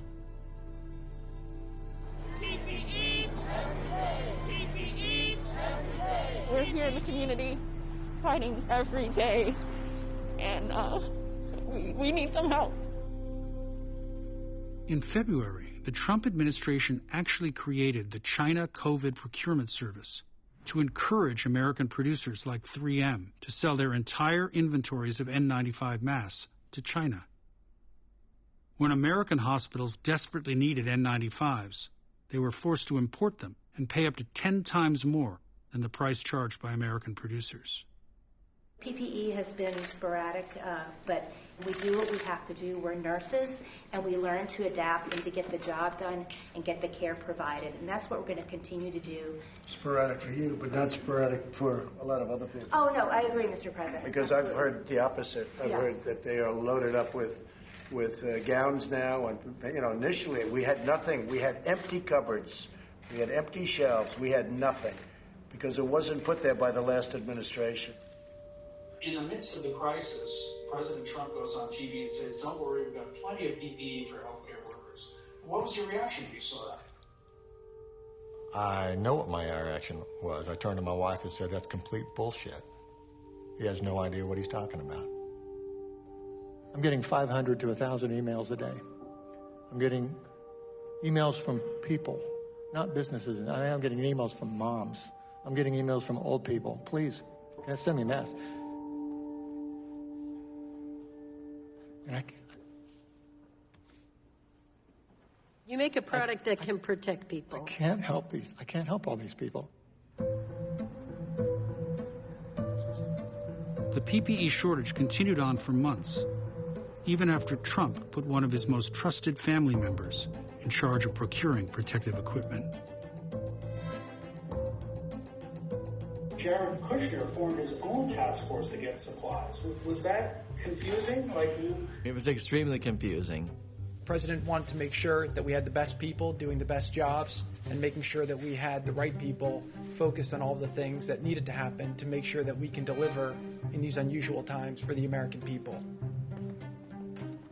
My old boss called me and said he heard that Jared Kushner's task force needed younger volunteers who had general skills and were willing to work 7 days a week for no money. And if you fit those criteria, that you should head to DC and help with the pandemic response. I definitely had some apprehension about working for the administration, but it felt like the country and the world were under attack. It seemed like if there was something to do to help, that was the right thing to do. They basically gave us a day to show up in DC at the FEMA headquarters. And we walked into conference room A, which was this windowless subterranean conference room. There were televisions all around the walls, all playing Fox News. One representative from FEMA and one representative from the military gave a quick pep talk. They kept saying the stuff, and by that they meant PPE. And they kept saying there's stuff all around the world, there's stuff in the US, and we need to get it to hospitals as fast as possible. Everyone stood up and started filing into different offices, and I remember the only people left were the volunteers. We thought we'd be auxiliary support for an existing procurement team that just needed to be expanded as quickly as possible, and we would, do data entry for contracts. And instead, we were the team.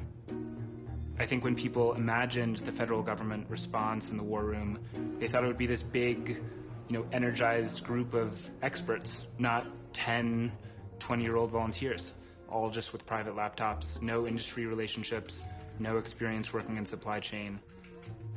So we started cold emailing people we knew who had business relationships in China, looking for factories online, and emailing them from our personal Gmail accounts. Because we had never done this before, there were all these really basic questions about how a federal procurement operation should work. We would call factories and say, we think the federal government can send you a check in 60 days. And they would say, there's someone with a briefcase of cash, and they're offering to pay me right now. And we would run around the FEMA building looking for someone who could tell us what payment terms the federal government was allowed to offer. And no one ever told us.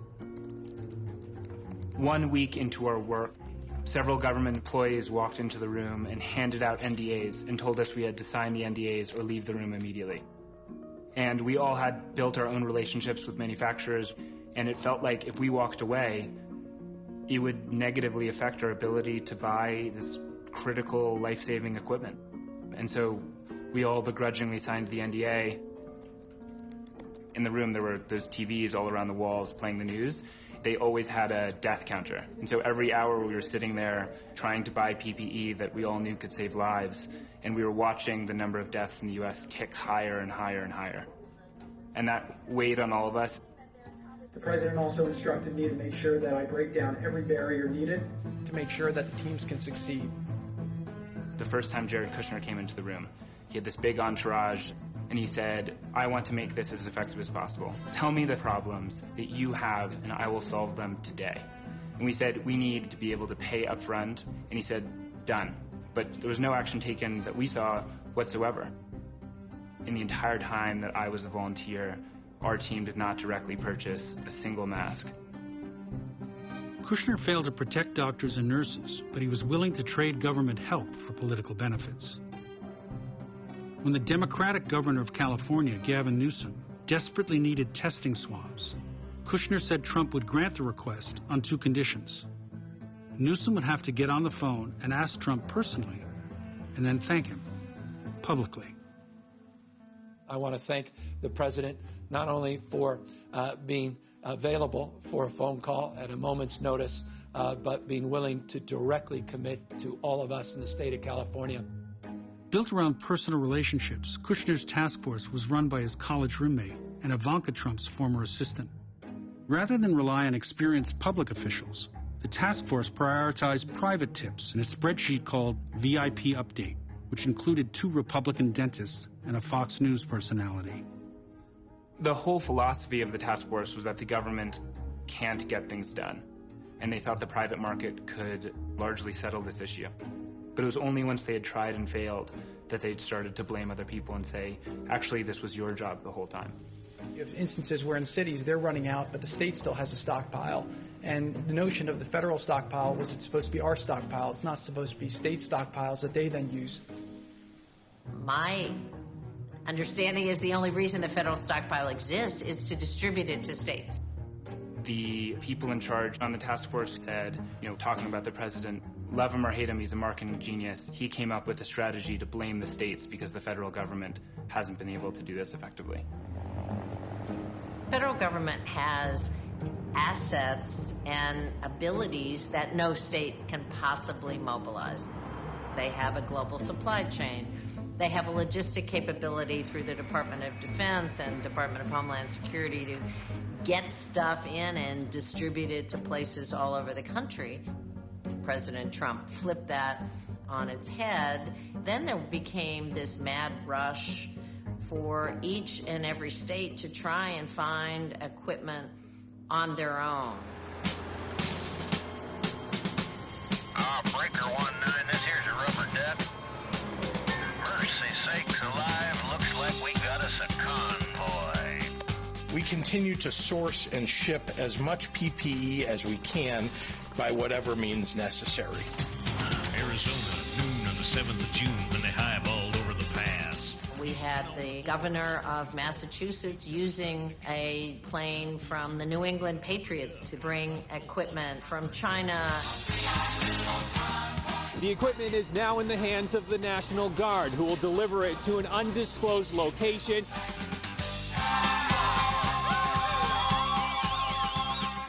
We had the governor of Maryland using contacts of his wife's to bring equipment in from South Korea. It felt it important enough to guard that equipment when it landed in Maryland because he didn't want it confiscated by the federal government. We're competing against every other state, every other country. Now we're even competing against the federal government. It's like being on eBay with 50 other states bidding on a ventilator. You see the bid go up because California bid, Illinois bid, Florida bid, New York bids, California rebids. And then FEMA starts bidding. So FEMA is driving up the price. What? I stand here as someone who has had confirmed orders for millions of pieces of gear evaporate in front of us. And I can't tell you how frustrating it is. I got a feeling that if somebody has a chance to sell to you or has a chance to sell to me, I'm going to lose every one of those. All right, Charlie. Thank you very much. Well, we do like you going out, seeing what you can get, if you can get it faster. And price is always a component of that also. And maybe that's why you lost to the feds. I'll tell you, that's probably why. But if the goal was to get PPE to the states, why would the federal government be driving up the price to outbid them? Or was driving up the price the whole point? This morning, our first project, we call it Airbridge. It's Airbridge, that's the name. And it was a flight that landed at JFK and contains nearly 2 million masks. This is the first of 50 flights, and that will probably increase substantially. Project Airbridge was a plan to subsidize the efforts of private companies to buy and sell PPE. Max Kennedy's team would find the PPE and negotiate the lowest possible price. Private companies would then pay the bill. Then the federal government would pay to fly the PPE stateside from overseas. And we had partnered with the 5 largest medical distributors. Once we shipped it to the United States, they would take over and sell directly to whoever they would like at whatever price they wanted. Just to clarify, that explains why states say they're bidding like they're on eBay, because the supplies are going to the private sector, and then they have to go there to get the supplies. That's normally how things work, right? So I'm not here to disrupt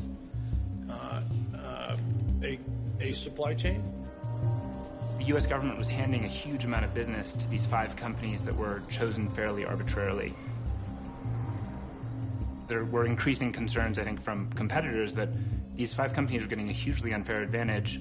And so I was asked on several different occasions explicitly to find a justification to have selected these companies months after they had been selected. At least one of these companies, Cardinal, saw its PPE orders surge to 12 times the normal volume. Profit-making was also part of the pandemic pricing plan at Gilead, which manufactured the one drug, remdesivir, that was effective at treating COVID. The federal government owned patents on the drug and had paid for essential research, but the Trump administration permitted Gilead to charge more than $3,000 a patient for a treatment that cost less than $10 to manufacture. I left in mid-April, and my takeaway was really that I still feel like I haven't worked for the government. We were so far outside of it. I mean, every single person we reported to up the chain of command was a political appointee. The number of FEMA employees I met, I could count on one hand, and they were fleeting interactions. It taught me about how this administration works, and I think it largely works, or it seemed to work in this case, outside of the government. In the course of 3 years, there was a systematic dismantling of what expertise had been built and what framework had been built to respond to the very kind of global pandemic that we're dealing with. It's preventing the people who are there from doing the jobs that they've been hired to do. Tell me a little bit about how chloroquine and hydroxychloroquine first came into your point of view. How did this first come up? I wish I'd never heard of chloroquine and hydroxychloroquine, honestly. Elon Musk started the ball rolling with a tweet. Momentum for the drugs picked up steam over the next few days on Fox News, where their names were dropped 176 times.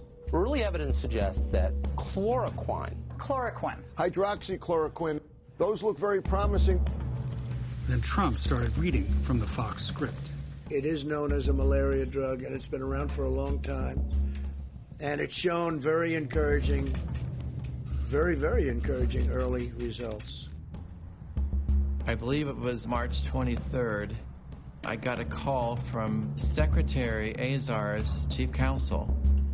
The White House wanted us to move quickly on making this drug available. At my direction, the federal government is working to help obtain large quantities of chloroquine. I called my scientific team in BARDA, and they said, no way. There was no data to support that they had any benefit against the coronavirus. They pushed back, but Dr. Kadlik reiterated that directive to us and said, get on it, get it done. We came up with the option of an emergency use authorization.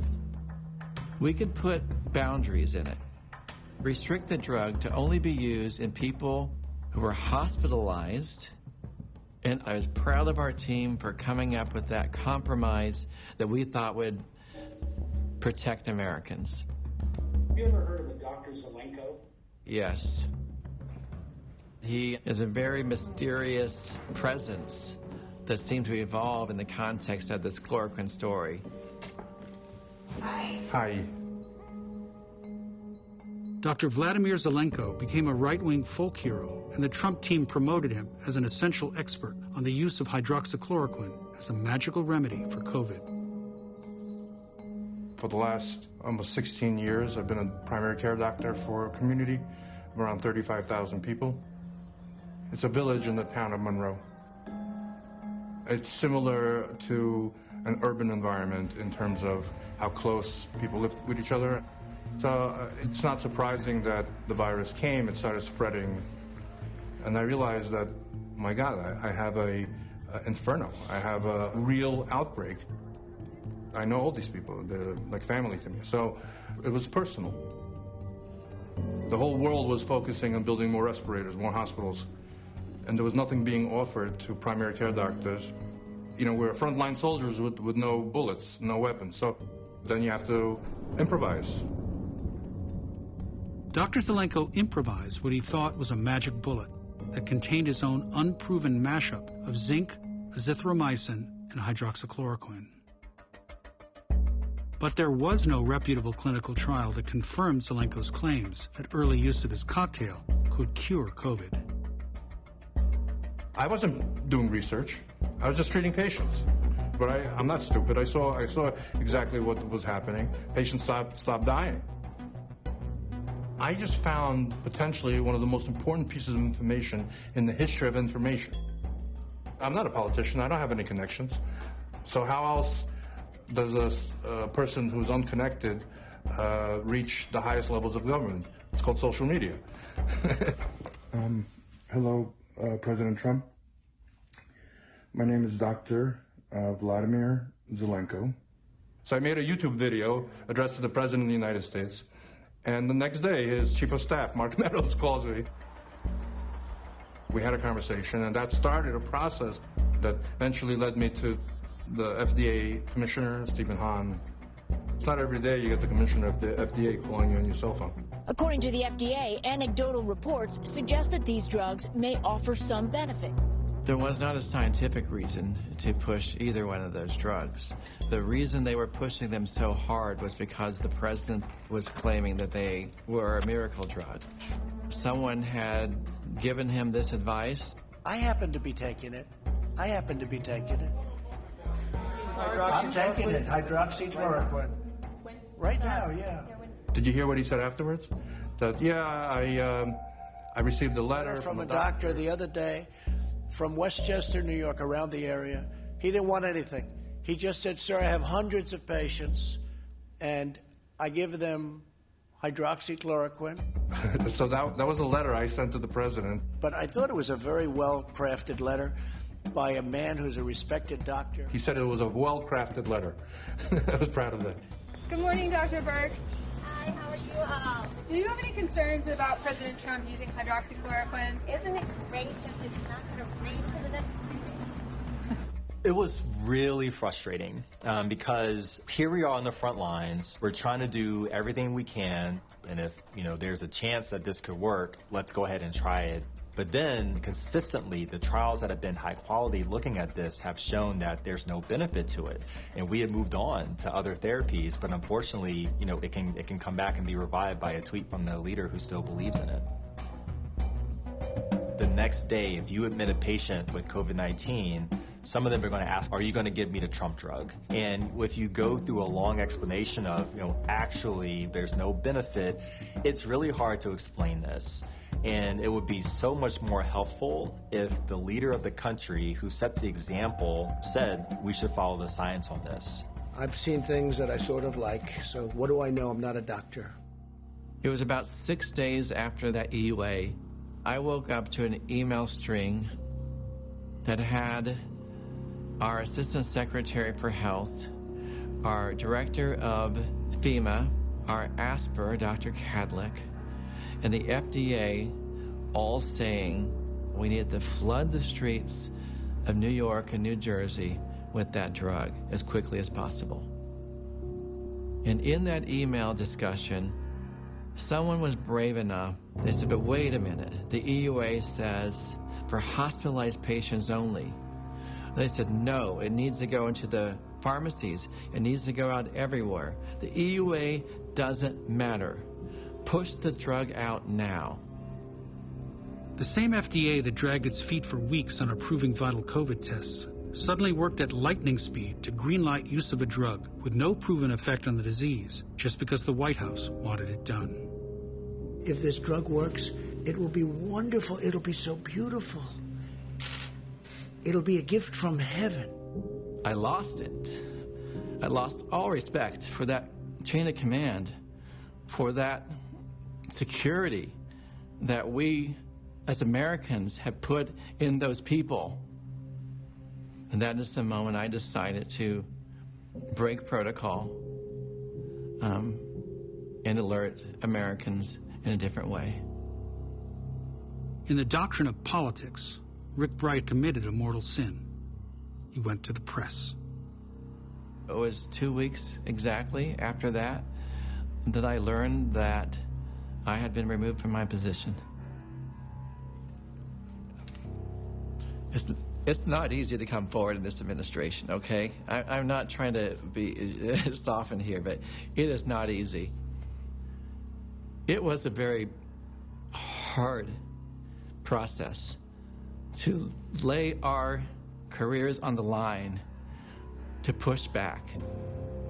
Time is running out because the virus is still spreading everywhere. The window is closing to address this pandemic. So, Dr. Bright is up there testifying today. And on hydroxychloroquine, Dr. Bright literally signed the application for FDA authorization of it. We will either be remembered for what we did or for what we failed to do to address this crisis. I watched this guy for a little while this morning, and he looks like an angry, disgruntled employee who, frankly, according to some people, didn't do a very good job. Would you describe the government's response as a success or a failure? I believe we could have done better. Watching the administration's response to Bright was frightening. We all wanted to help, but we didn't want to be on the front page of a newspaper. I spoke to a couple of attorneys who said it's so unusual for the government to require an NDA at all, let alone for volunteers who don't have any access to government systems. We had no access to any confidential information. The only thing we were basically being prevented from talking about was the fact that the response seemed to be largely bungled. To date, we've facilitated the supply of more than 38 million N95 masks nationwide.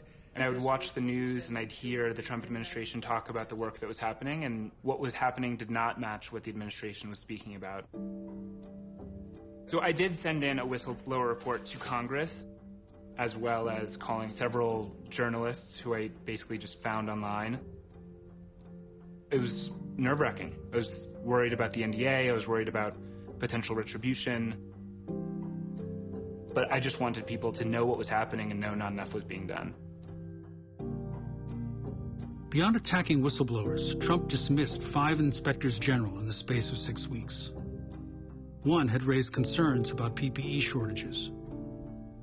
Another was supposed to investigate how the Trump administration would spend $2.3 trillion in coronavirus relief. While money did flow to unemployed Americans, a small group of hedge fund investors and real estate tycoons, like Jared Kushner and Donald Trump, got millions of dollars in tax breaks. Trump protected the richest Americans, even as he continued to ignore the most basic recommendations of scientists trying to protect everyday people. The CDC is recommending that Americans wear a basic cloth or fabric mask. They can be either purchased online or simply made at home, probably material that you'd have at home. Really a voluntary thing. You can do it. You don't have to do it. I'm choosing not to do it, but some people may want to do it, and that's okay. I made a lot of predictions that came true about this pandemic, but masks being politicized, it's just amazing to me.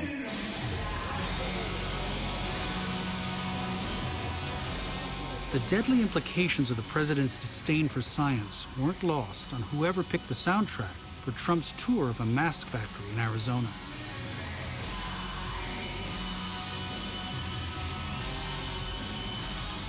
It was a confusing campaign photo op.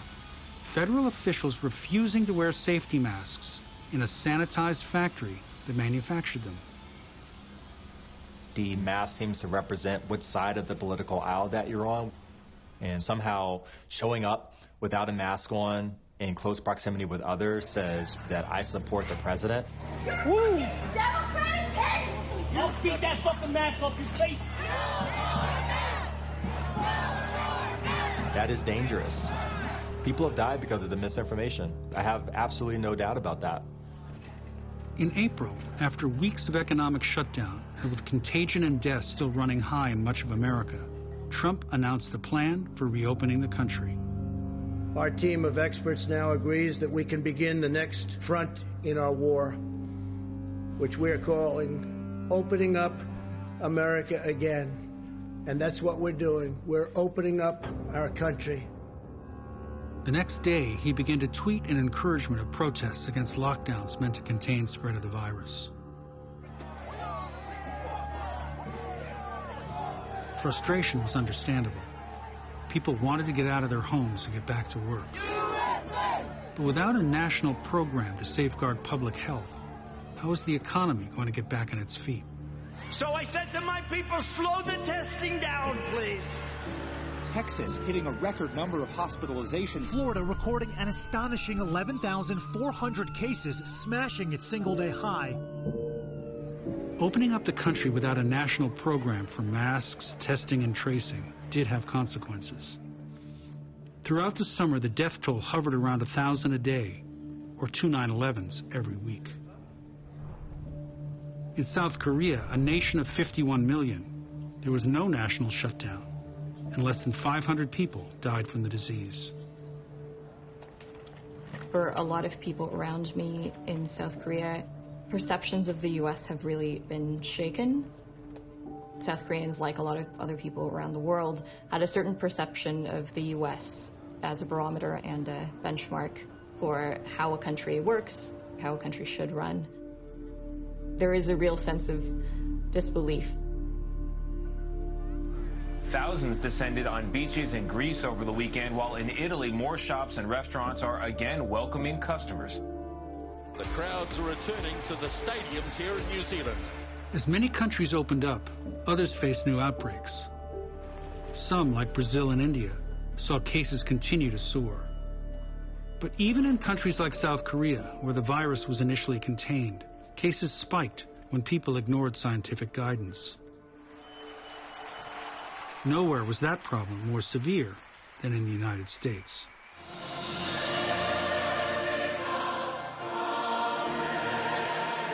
Ignoring expert advice became an act of patriotism in the Trump administration, where even the push for a safe vaccine was pursued with reckless disregard for science. We're moving aggressively to accelerate developing a vaccine. To actually get a vaccine that you know works is going to be a year to a year and a half. Do me a favor, speed it up. Speed it up. Stakes are so high around vaccines because we need a vaccine if we want to begin to end this pandemic. But the question is who distributes it, who prioritizes it. A lot of people say this should be the CDC. They should be front and center in this. But the CDC has been largely silenced.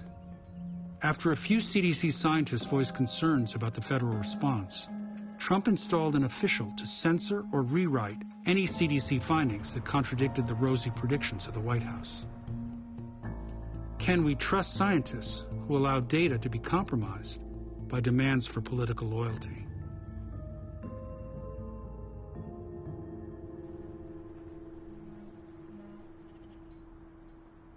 My last question to you is, what is your personal takeaway from this pandemic?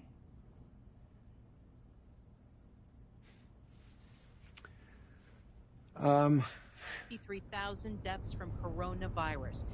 Sometimes late at night when I'm driving home and I'm tired of listening to talk radio on NPR, I'll turn on the other NPR station and listen to jazz.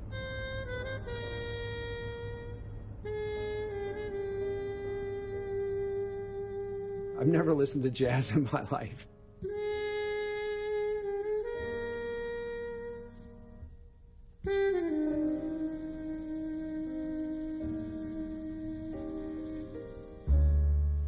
I've always been very thankful for the people around me, and I think that's come with age partly.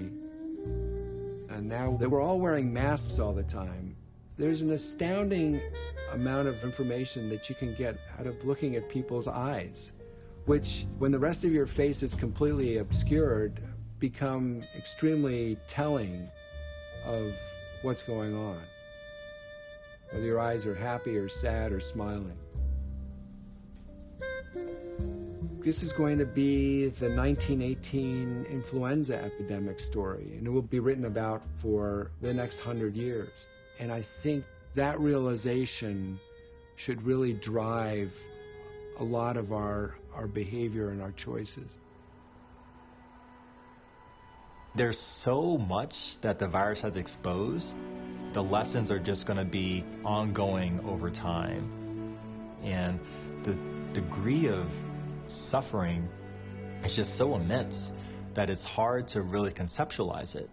And it's going to take a long time for us to really figure out the consequences of this, because there are consequences for the people who survived this. We spend billions of dollars every year on missiles that hopefully will never fly, on weapons that hopefully we will never use. We have to take health security as seriously as we do defense security. I think the career staff and scientists were in place. They were battle tested, they knew their role, they knew the plan, and they were prepared to act. They put on their uniform to respond to this pandemic, and then there was nowhere to go. There's a misconception that public health failed.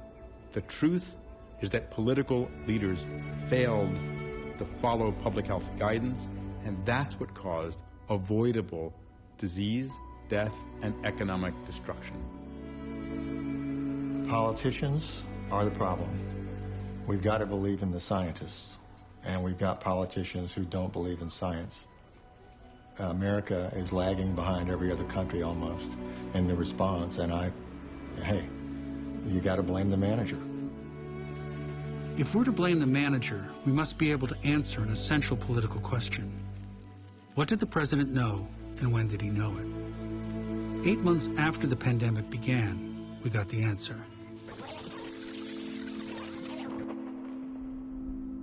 On February 7th, 2 weeks before anyone in America had died from the disease, journalist Bob Woodward asked Donald Trump if he knew how contagious and dangerous COVID might be. It goes through air, Bob. That's always tougher than the touch. You know, the touch, you don't have to touch things, right? But the air, you just breathe the air. That's how it's passed. It's also more deadly than even your strenuous flus, you know, so this is deadly stuff.